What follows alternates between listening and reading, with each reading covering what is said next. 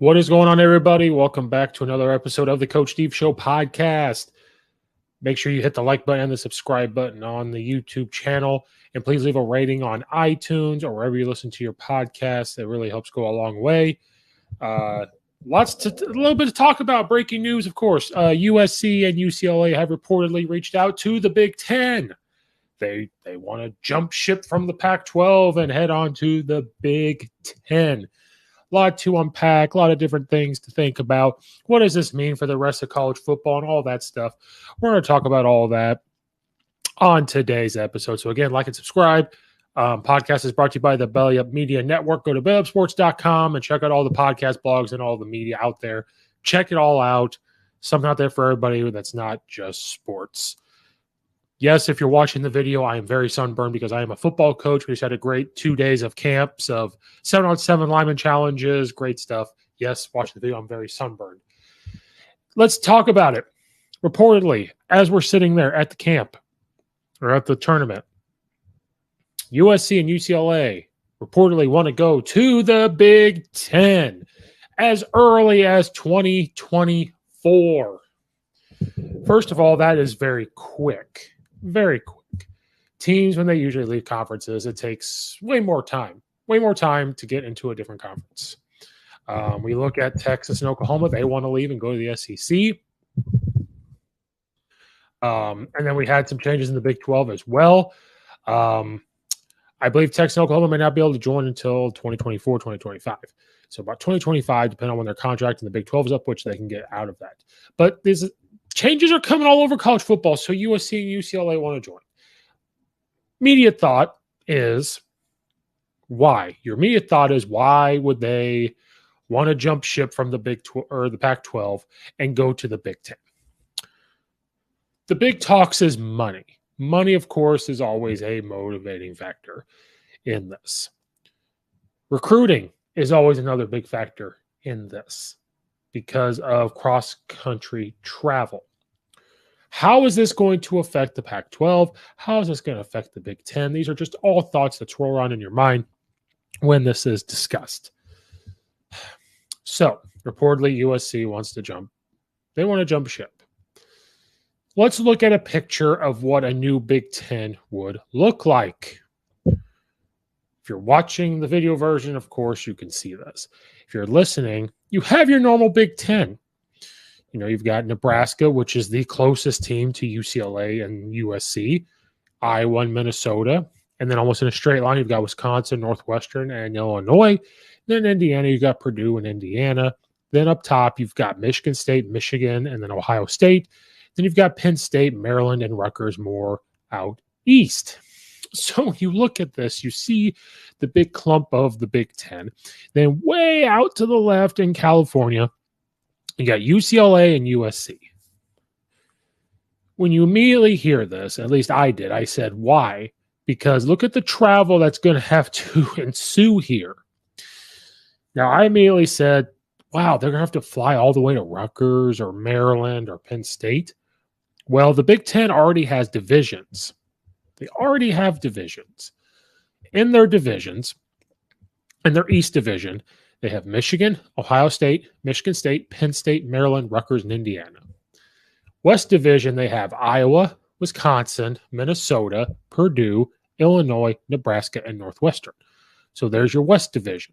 So they're either going to have to shake up these divisions, redo them all, or they're going to bump in USC and UCLA. Now, when you look at it, it looks like you're going to put USC and UCLA into the or the West Division because they're more West. Well, if you put both of them in there, it makes it uneven. So then you're going to have to put two that are already in the West Division into the East Division. Because right now Purdue and Indiana are on top of each other, but they're put in different divisions. So if you're going to add these two to that division, what two get pushed to the other division? So when you look at this, there's probably three teams that you're looking at that are going to get pushed to that other side. Northwestern, U of I, or Purdue. Purdue is probably one of the likelier choices because it's head up of Indiana if you look at it from a state perspective. It's in Indiana, put it more that way. Then the next is going to be Northwestern or Illinois. And most likely, it would be the U of I. that the competition wise in sports, it's not going to bother Coach Bielema or Underwood and anybody like that when you're looking at it from this perspective.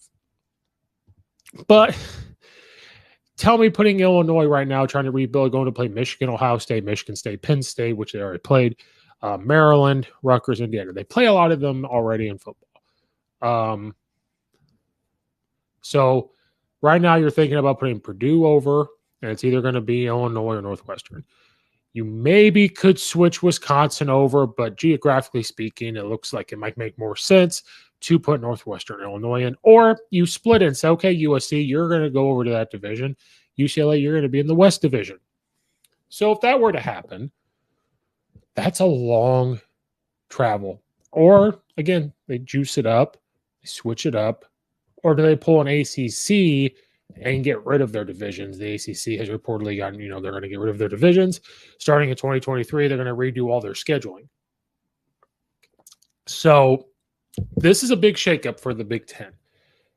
So when you first look at this, you talk about travel, but because even traveling from California to even play the Iowas of the world, I think that's still pretty far.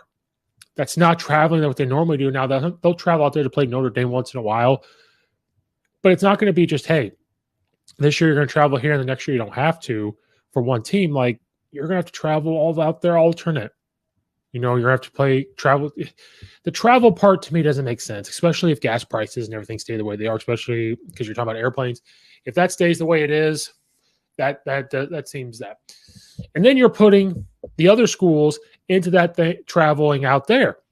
You're going to ask these schools in this division to travel out to California at least once. Some maybe twice. Maybe you could go out to UCLA and USC in the same year. So the travel part didn't make sense. Now, when you look at this, recruiting, let's talk about recruiting. This will be big for recruiting for all schools. Ohio State and Michigan, they already recruit all over, East Coast, West Coast, South. It doesn't matter. It's going to help USC and UCLA out because now they're going to travel out to the East Coast or more centralized, and they're going to get that publicity, that image out there. They're going to get themselves out there, and they're going to be able to recruit. Same thing for some of these schools. They got to travel to California. Well, start recruiting out there. So recruiting-wise, this will be good for UCLA and USC, and it will also be good for the Big Ten schools to get that as well. So when you look at that map and see where they travel and how to recruit, it'll be good for them, all parties included, for that. Now, let's just continue to talk about money. USC and UCLA want into that Big Ten network because money talks, these TV deals talk.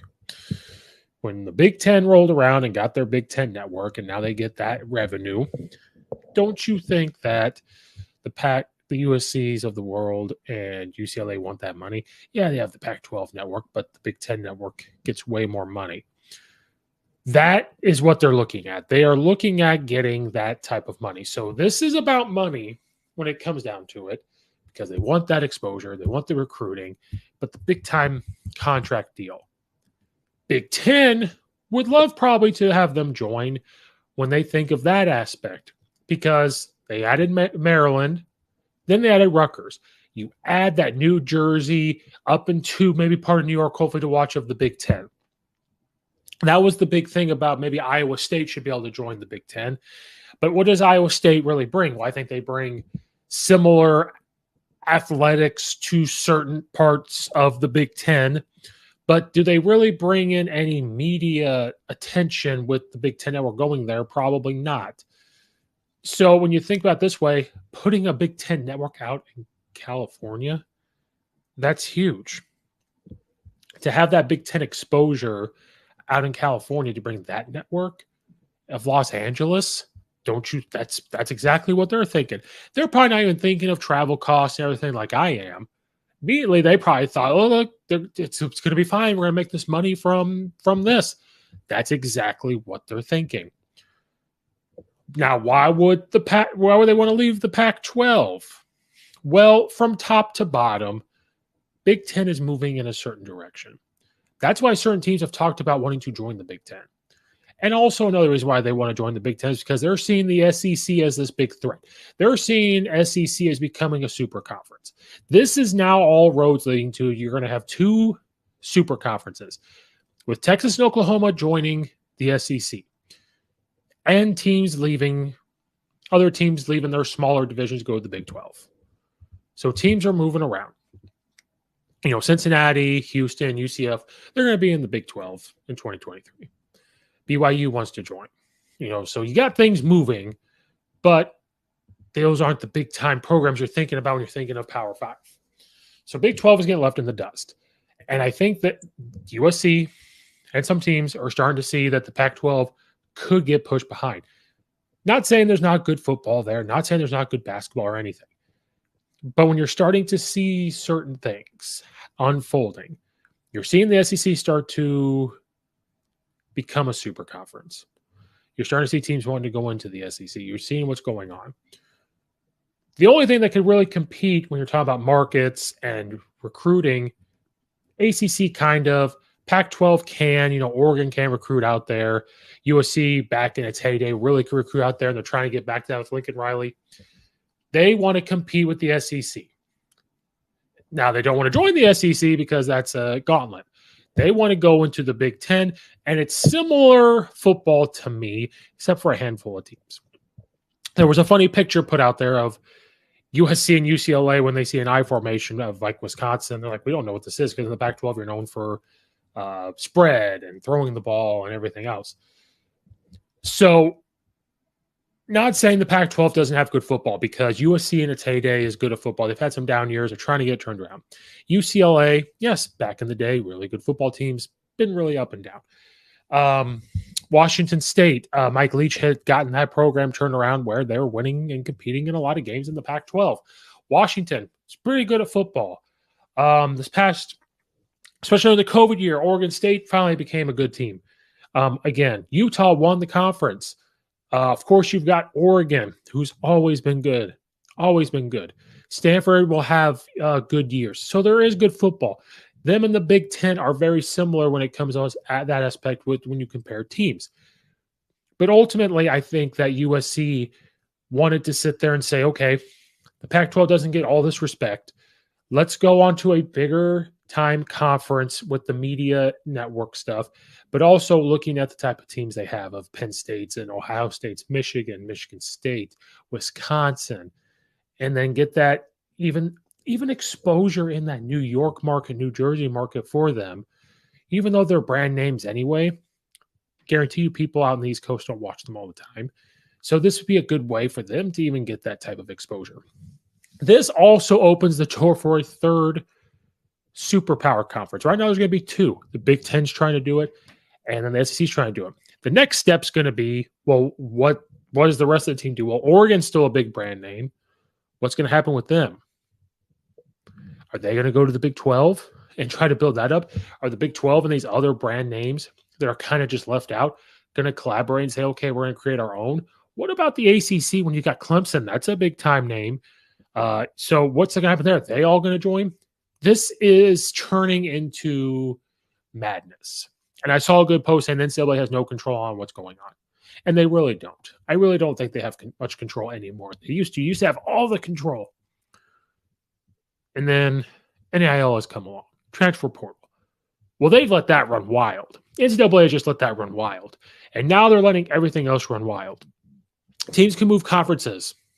Cool. Nothing against that. But now they're about to allow super conferences to be aligned. And then you're going to start seeing teams in that super conference may want to leave. Like, I'm surprised Vanderbilt hasn't left. I'm surprised Missouri, even though they love being in the SEC, and I think they're going to be they weren't that bad last year, they're going to be good this year. They might want to think about joining the Big Ten. So things are going to start moving around. But it's crazy to see USC and UCLA want to join the Big Ten. What does that open the door to? It opens the door to two super conferences with your Big Ten and your USCs. It's even kind of opening the door to try to almost get like a third. Now, the third I don't think would be as superpower as the SEC or the Big Ten, because you'd be a mixture of like Oregon, teams from the Big 12. But I could see the Big 12 and the rest of the Pac 12 just combining and saying, hey, this is what we want to do. let's combine. Let's get together and everything else.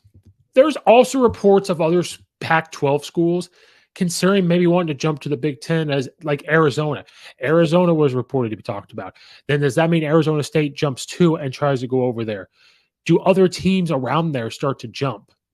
This could add a domino effect where maybe the Big Ten and the Pac-12, because they had made some type of pact to not do this because of the SEC, but now they want to. They want to join because the SEC is big time. Maybe a lot of the Pac-12 schools, not all of them, join into the Big Ten. Does that just become divisions where you have this huge division of almost the regular Big Ten that's already there? Then you've got the other side, which is mainly Pac-12 schools. There's another thought. Does Nebraska say, screw this, and go back to the Big 12? Do they want the Big 12 want them to come back? Can Nebraska afford to do that because they do get the Big 10 media money? Lots to think about and lots that could happen here with this. It's absolutely crazy. And that's really my thoughts because of everything that's going on. And then how quickly it moved. They said that, they'll be in there by 2024, which is not too far off from now. And then to come out and say, it'll be talked about in the next 24 hours exactly what's going to happen. That's crazy. That's absolutely insane of how quickly that stuff can happen, which obviously tells me that they've been talked about, behind closed doors. But it's absolutely crazy that this could probably happen as quickly as it is happening. And what we're going to all be watching for is, do other teams in the Pac-12 decide to jump ship and go join the Big Ten? Do teams jump ship and go join the Big 12? Do the rest of the Pac-10 just say, hey, you know what? They're leaving. Why can't we leave? Why can't we go to a different conference? Why can't we make up something? It's very possible that all of this happens, and it could happen very quickly. All it takes is one domino to fall. When Texas and Oklahoma decided to leave, then it started a domino effect of some people wanting to go into the Big Ten. Rumors of Kansas wanting to go join the Big Ten because they feel like they can compete, especially in that Western division, not the East division, but they're looking to compete in the rest. It is shocking the world that this is happening. And it's money driven. It's money driven. Some people think that USC wants to be taken seriously because, rumors of, people talking about the Pac-12 not being a good football, conference, and they want to go somewhere and say, we are very serious. We want to go to a conference where you have these almost quote unquote better teams and that we're going to go compete and do all that. Well, yes and no, because USC, you're not the USC of before. You're not the Pete Carroll USCs. You're going to try to be there with Lincoln Riley, but it ain't going to happen right now. Ain't going to happen right now. So I don't know if I fully buy that one.